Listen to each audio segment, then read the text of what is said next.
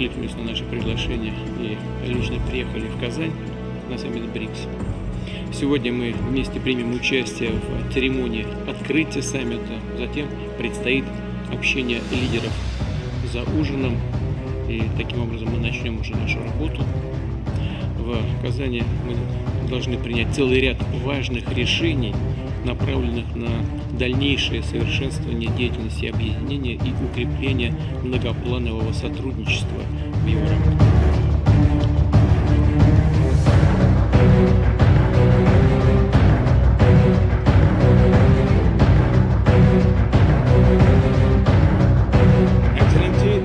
यूक्रेन के बीच चल रहे संघर्ष के विषय पर हम लगातार संपर्क में रहे हैं। जैसा मैंने पहले भी कहा है, हमारा मानना है कि समस्याओं का समाधान शांतिपूर्ण तरीके से ही होना चाहिए। शांति और स्थिरता की जल्द से जल्द बहाली का हम पूरी तरह समर्थन करते हैं। हमारे सभी प्रयास मानवता को प्रमुखता देते हैं। आने वाले समय में भी भारत हर संभव सहयोग देने के लिए तैयार है। एक्सेलेंसी, आज इन सभी विषयों पर विचार साझा करने का एक और महत्वपूर्ण अवसर है। एक बार फिर बहुत बहुत धन्यवाद।